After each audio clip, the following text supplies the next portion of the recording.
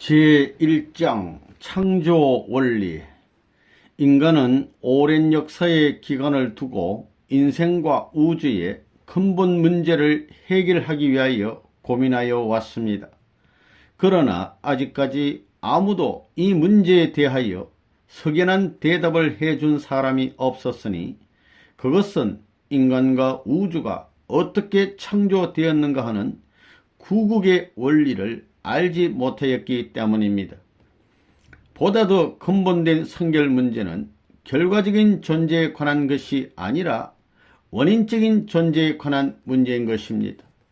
그러므로 인생과 우주에 관한 근본 문제는 그것을 창조하신 하나님을 모르고서는 풀리지 않는 것입니다. 제1절 하나님의 이성성상과 피조세계.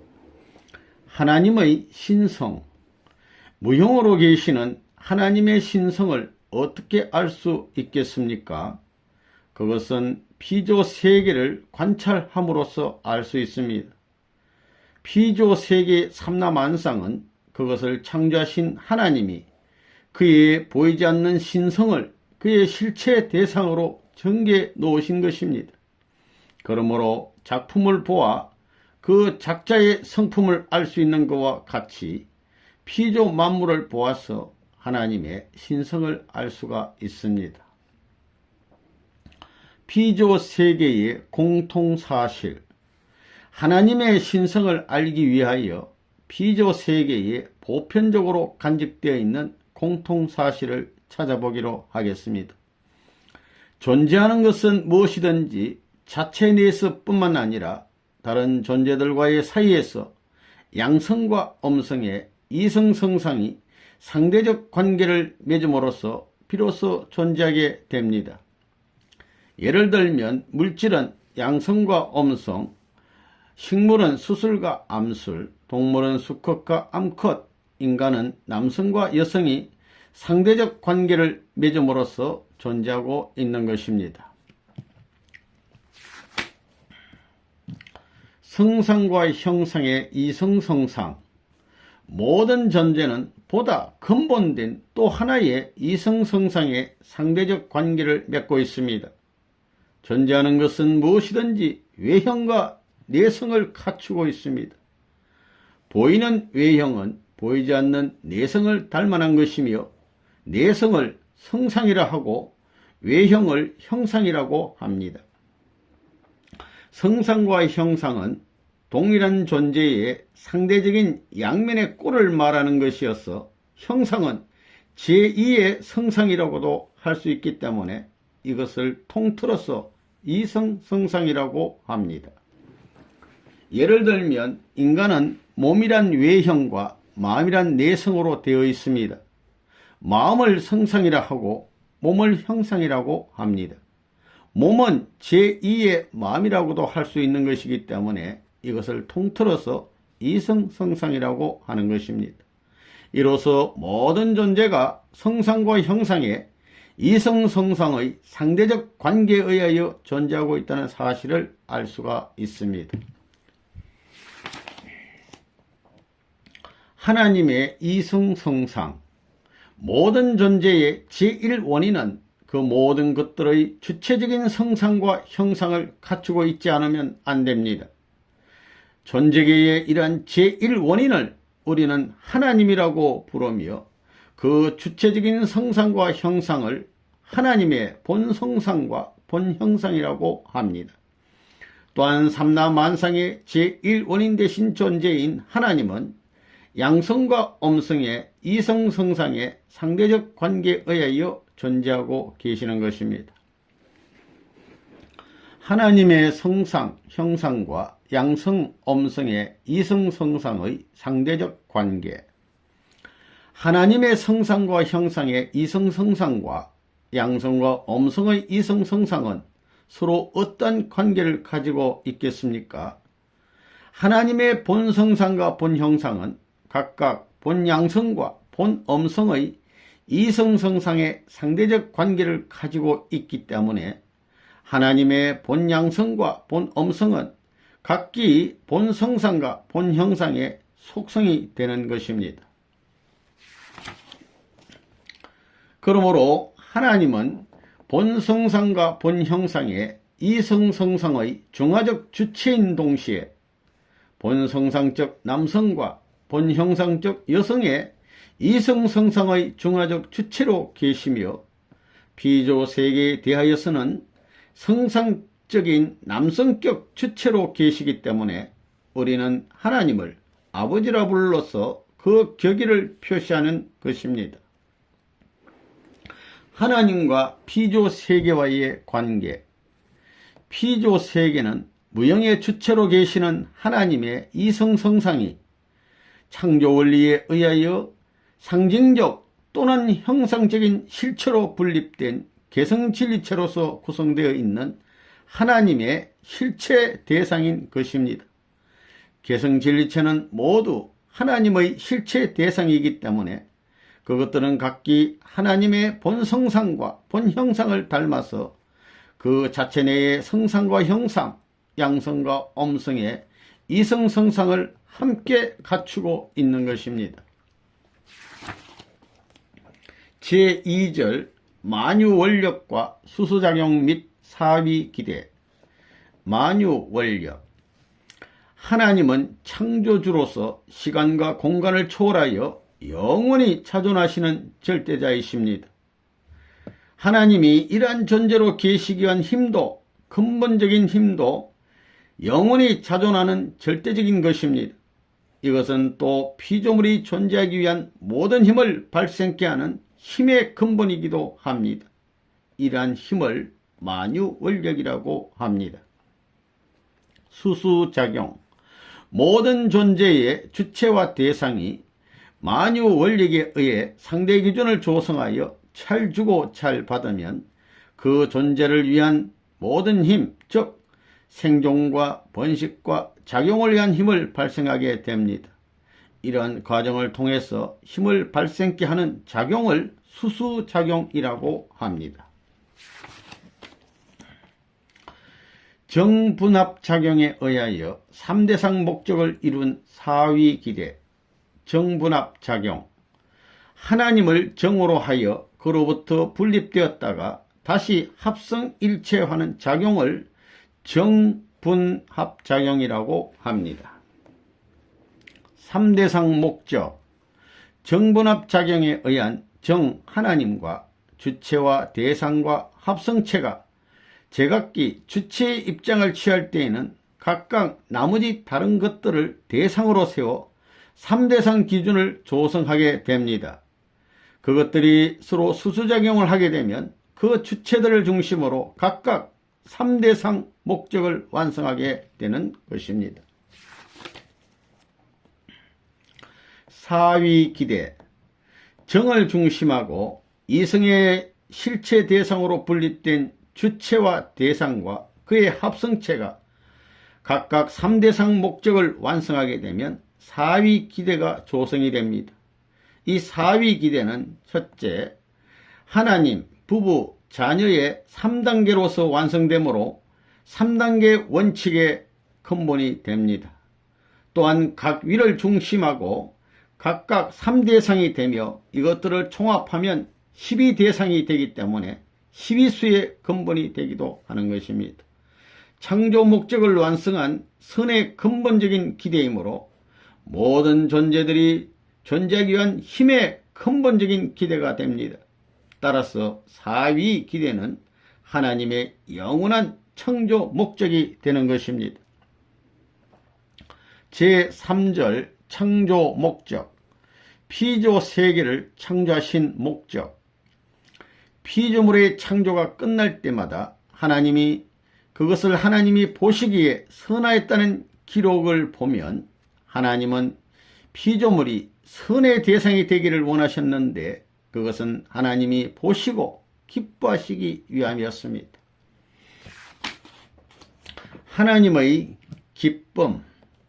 하나님은 만물 세계를 창조하신 후 끝으로 자기의 성상과 형상대로 희로애락의 감성을 가진 인간을 창조하시고 나서 생육하고 번식하여 만물을 주관하라고 하셨습니다. 그러므로 인간이 이 3대 축복의 말씀에 따라 하나님의 나라 즉 천국을 이루고 기뻐할 때에 하나님도 그것을 보시고 기쁨을 누리시게 되는 것입니다. 따라서 인간을 중심한 피조 세계의 존재 목적은 하나님에게 기쁨을 돌려드리는 데 있는 것입니다. 존재의 이중 목적. 모든 존재는 이중 목적을 지닌 연체인 것입니다. 모든 존재의 중심에는 성상적인 것과 형상적인 것의 두 가지가 있기 때문에 그 중심이 지향하는 목적에도 성상적인 것과 형상적인 것의 두 가지가 있습니다. 성상적인 목적은 전체를 위한 것이고 형상적인 목적은 그 개체를 위한 것이어서 전체적인 목적을 떠나서 개체적인 목적이 있을 수 없고 개체적인 목적을 보장하지 않는 전체 목적도 있을 수 없습니다. 따라서 삼라만상의 피조물은 이러한 이중 목적의 목적으로 얽힌 굉대한 유기체인 것입니다. 하나님의 기쁨을 위한 선의 대상. 기쁨은 독자적으로는 생기지 않습니다. 무형이거나 실체이거나 자기의 성상과 형상대로 전개된 대상이 있어서 그것으로부터 오는 자극으로 말미암아 자체의 성상과 형상을 상대적으로 느낄 때 비로소 기쁨이 생깁니다. 하나님도 그의 실체 대상으로부터 오는 자극으로 말미암아 자체의 본성상과 본형상을 상대적으로 느낄 때 비로소 기쁨을 누리시게 되는 것입니다. 즉 사위기대의 터전 위에서 3대 축복에 의한 천국이 이루어지면 이것이 바로 하나님이 기쁨을 느끼실 수 있는 선의 대상이 되는 것입니다. 3대 축복. 하나님의 제1축복은 개성을 완성하는 데 있습니다. 개성을 완성하려면 하나님의 이성성상의 대상으로 분립된 마음과 몸이 수수작용을 하여 합성일체함으로써 하나님을 중심한 개체적인 사위 기대를 이루어야 합니다. 제2축복은 제2축복을 이루기 위해서는 개성완성한 아담과 해와가 부부가 되어 자녀를 번식함으로써 하나님을 중심한 가정적인 사위 기대를 이루어야 합니다. 제3축복은 만물세계에 대한 인간의 주관성 완성을 의미하며 인간과 만물이 합성일체함으로써 하나님을 중심한 주관적인 사위 기대를 이루어야 하는 것입니다. 창조 목적 완성. 이와 같이 하나님의 창조 목적이 이루어졌더라면 죄가 없는 이상세계가 지상에 이루어졌을 것이니 이러한 세계를 지상천국이라고 합니다. 천국은 하나님의 명령이 인류의 참부모를 통하여 모든 자녀에게 전달됨으로써 모두가 하나의 목적을 향하여 통하고 정하게 되는 것입니다. 제4절 창조 본연의 가치. 창조 본연의 가치 결정과 그 가치의 기준. 어떤 개성체의 창조 본연의 가치는 그 개성체 대상과 인간 주체가 하나님을 중심하고 창조 본연의 사위 기대를 이룰 때에 결정이 되는 것입니다. 이 사위 기대의 중심이 절대자 하나님이시므로 이 가치의 기준도 하나님이시며 그에 상대적으로 결정되는 어떤 대상의 창조 본연의 가치도 절대적인 것이 되는 것입니다. 제5절 피조 세계의 창조 과정과 그의 성장 기간. 피조 세계의 창조 과정. 우주는 시간성을 떠나 돌연히 생성된 것이 아니라 상당한 시간이 소요되었습니다.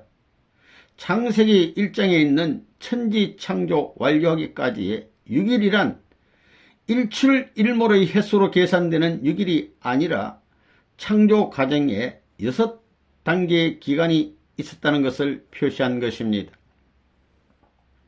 피조물의 성장 기간. 하나님은 첫날의 창조를 마치시자 저녁이 되며 아침이 되니 이는 첫째 날이니라고 말씀하셨습니다.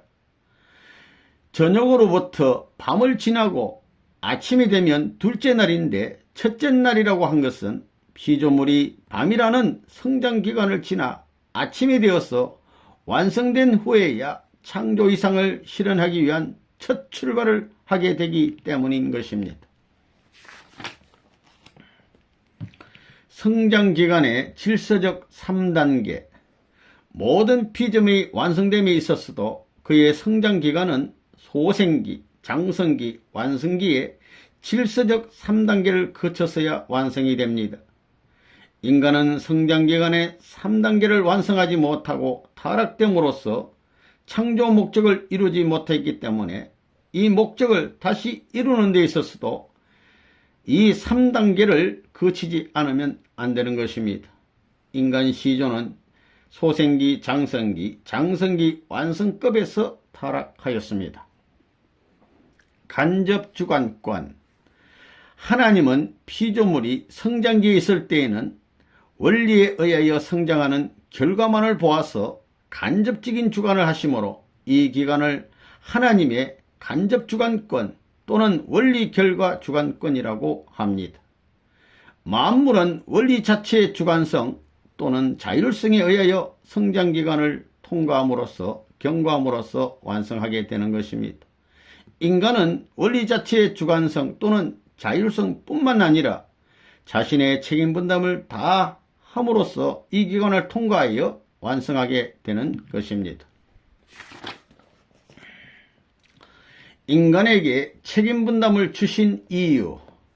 하나님께서는 인간이 그 자신의 책임분담을 완수하였으마니 완성되도록 창조하신 것은 인간이 하나님도 간섭할 수 없는 그의 책임분담을 완수함으로써 하나님의 창조성까지 담게 하여 하나님의 창조의 위협에 가담케 하심으로써 하나님이 인간을 주관하듯이 인간도 창조주의 입장에서 만물을 주관할 수 있는 주인의 권한을 가지도록 하시기 위함이었습니다. 인간과 만물이 다른 점은 여기에 있는 것입니다. 직접 주관권. 하나님을 중심하고 어떠한 주체와 대상이 사위기대를 조성함으로써 하나님의 심정의 일체를 이루어 하나님과 심정일체를 이루어 가지고 주체의 뜻대로 사랑과 미를 완전히 주고받아 선의 목적을 이루는 것을 직접주관이라고 합니다. 따라서 직접주관권은 완성권을 의미하는 것입니다. 제6절 인간을 중심한 무형실체 세계와 유형실체 세계. 무형실체 세계와 유형실체 세계. 피조 세계는 하나님의 이성성상을 닮은 인간을 본으로 하여 창조되었기 때문에 피조 세계는 몸과 같은 유형실체 세계와 마음과 같은 무형실체 세계가 있습니다. 이 두 세계를 합친 것을 천주라고 부릅니다. 인간은 육신을 벗으면 그 영인체는 무형세계에 가서 영주하게 되는 것입니다. 피조세계에 있어서의 인간의 위치. 첫째로 하나님은 인간을 피조세계의 주관주로 창조하셨습니다. 둘째로 피조세계의 매개체요 화동의 중심체로 창조하셨습니다. 셋째로는 천주를 총합한 실체상으로 창조하셨습니다. 육신과 영인체와의 상대적 관계. 육신은 육신과 육체의 이성성상으로 되어 있습니다. 영인체는 생신과 영체의 이성성상으로 되어 있습니다. 영인체는 육신을 토로하여서만이 성장하고 완성합니다. 영인체의 선화도 육신 생활의 속죄로만이 이루어질 수가 있습니다. 따라서 천국이든 지옥이든 영인체가 그곳에 가는 것은 하나님이 정하는 것이 아니라 영인체 자신이 정하는 것입니다.